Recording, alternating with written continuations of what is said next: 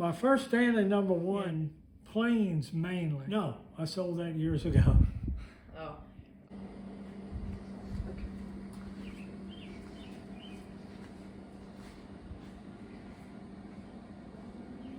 When did you first start collecting? I started collecting about 1976, 77 actively.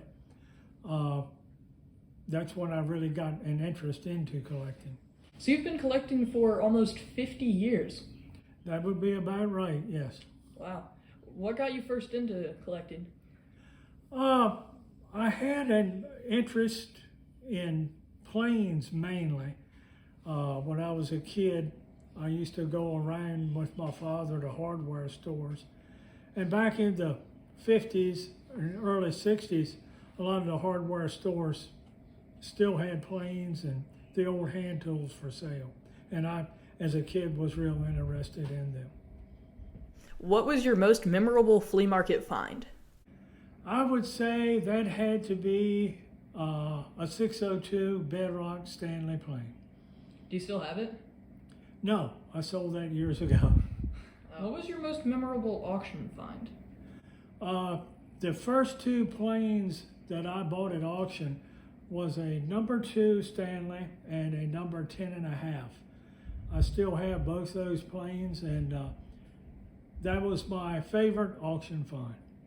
Wow. Do you ever go to estate sales? I used to, yes. Is there still good stuff at estate sales? Or? You can occasionally find some good tools at estate sales. How has eBay changed tool collecting? Radically. eBay has, most people now, instead of selling stuff at flea markets or yard sales, will put stuff on the internet. And you have to constantly be watching the internet to get to really good deals. So do most of your tools come from yard sales and auctions and stuff, or is it? Yes, because almost everything here I bought many years ago. From auctions, flea markets, yard sales, estate sales. Do you have a core set of tools you use for your own woodworking projects? From the beginning to the end, first you draw things out. Your layout tools are very important. A good square. I prefer to use the folding rules.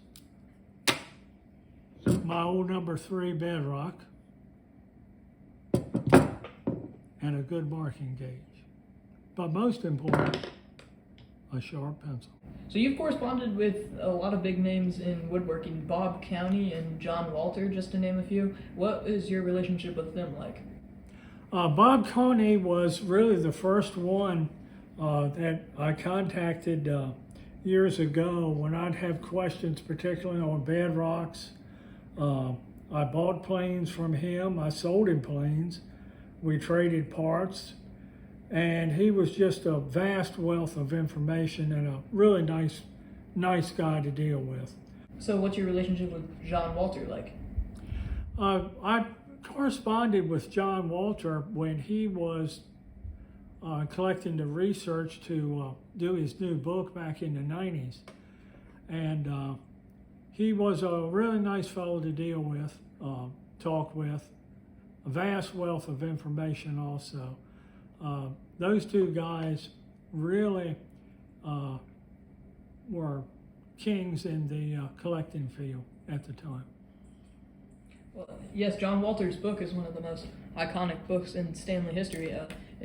Your name is listed in there. What did you contribute to the book? I did research on several items for the book. The most memorial one I did was on the number 59 Dowling jig. I provided some of the information for that and several other tools. I didn't put forth a great deal of stuff like the other guys in the book, but it was more like a collective of everybody's knowledge that went into the book. What advice would you have for someone starting woodworking? Well, number one is whatever you buy the best you can afford. And even if you're tempted to buy cheaper stuff, hold off and don't. Get the very, very best. It'll last you a lifetime, and you'll always enjoy using it. Oh, do you prefer vintage tools or modern tools? Probably a good 90% or better of my tools that I use, hand tools, and even power tools, are vintage.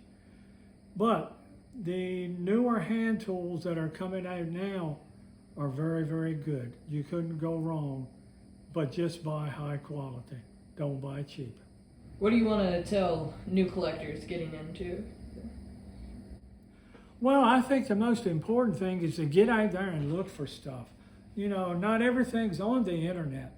You can still go to yard sales, estate sales, you can go to auctions,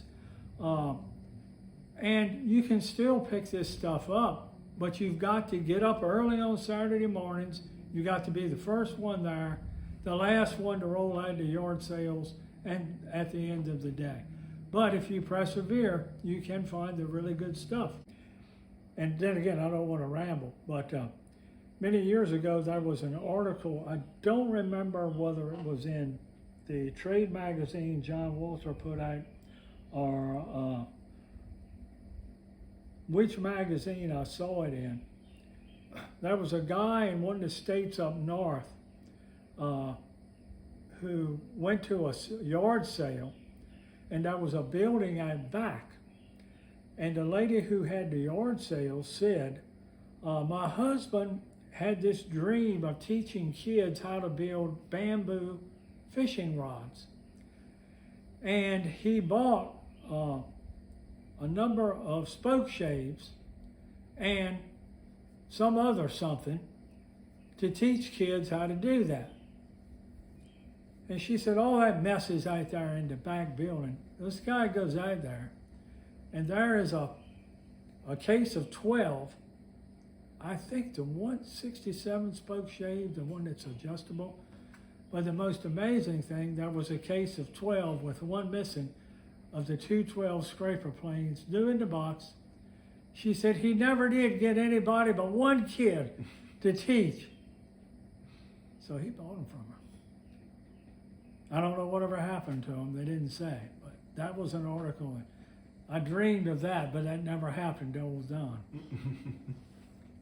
How did you get your first Stanley number one? First Stanley number one was, never forget it, I went to a series of yard sales on a Saturday morning, and this has been 35, 40 years ago.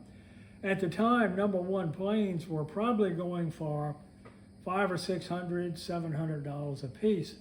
And I really couldn't afford one, tie up money in that.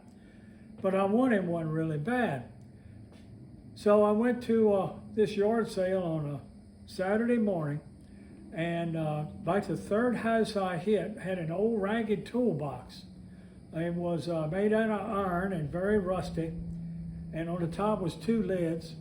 I pulled them apart, and then there was a tool tray inside. And there were a really nice old set of trammel points on a rule in the tool tray.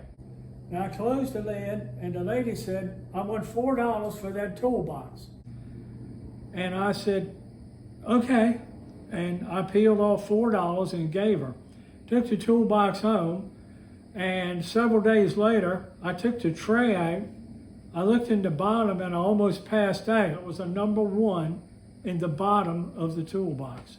And that was my first and most memorable number one that I got.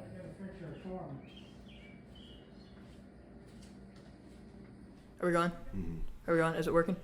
Yeah. Do you have the mic in the picture? Maybe you need the mic out of the picture. It's not in the picture? No. It's not in the picture? Oh, we need to redo it. You're looking at him. Yeah. The camera? Don't look at the camera. Hey, Cam. Look at Mr. You need Don. another angle, then. Do you not have other cameras? Do you have a GoPro? Why don't you set a GoPro Can you up? focus here? Yeah. Do you have a got a lot GoPro? of traffic trying to get home, you know.